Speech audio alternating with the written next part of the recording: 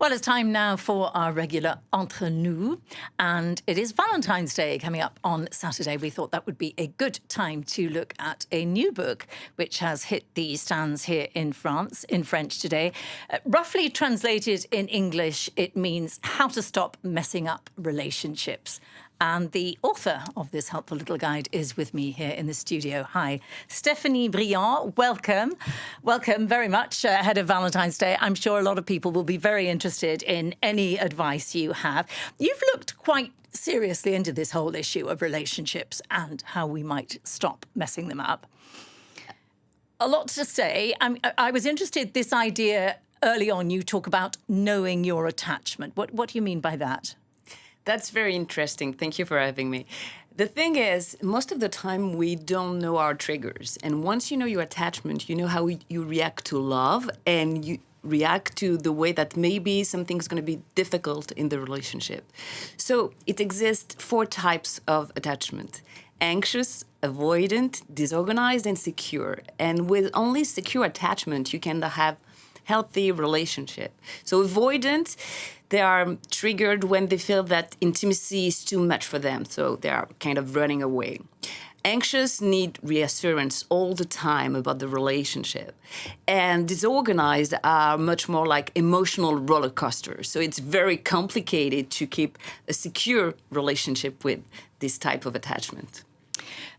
Another area you say there are a lot of disagreements, and it's clear there are around areas like money in a relationship, around who is doing more around the house in a relationship, that sort of thing. How can people stop falling into the same traps and having fights over that sort of stuff? I think it's good to anticipate. When you talk about money very early on in a relationship, it's pretty clear where you are going to. It's important also to not to get married when you are crazily in love, because you don't have your full sanity. And you need to react that it's a pact, it's a real deal with somebody that you are doing. So also I feel like when you anticipate, it's having a contract. So it's pretty clear. And then it's not about fighting, it's much more about, do you respect your part of the contract? And we can relate to something very clear and existing. And you do say, though, in the book that, you know, fighting is not always a bad thing. It can be very healthy in a relationship. So, you know, how should we make it healthy? How do we make it positive? It's healthy because it means that your relationship is strong, secure, and the person can handle whatever you have to say. So you can feel like vulnerable, you can also tell the truth.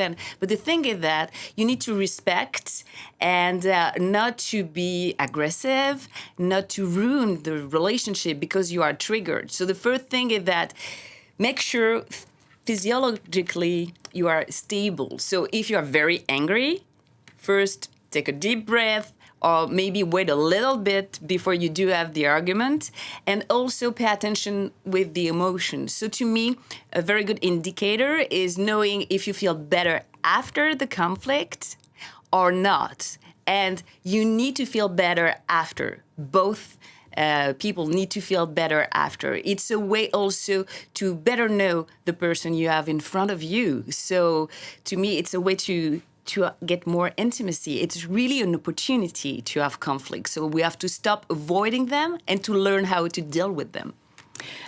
You know, it sounds like a lot of what you're saying applies not just to romantic relationships, to any kind of relationship. Do you think it would be a good idea, for example, at school, where you have a captive audience of young people, to teach them how to run a relationship better?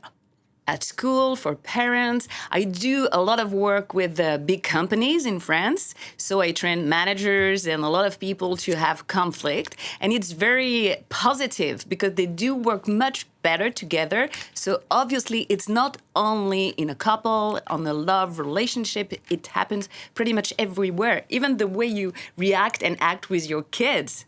That's pretty interesting to know how to deal with that and not to be the drama queen or to be in kind of a really deep conflict. And the thing is that when the conflict is coming up and it's always the same kind of theme, we're missing the point. And the resolution is not the target of a conflict. The real target is get closer.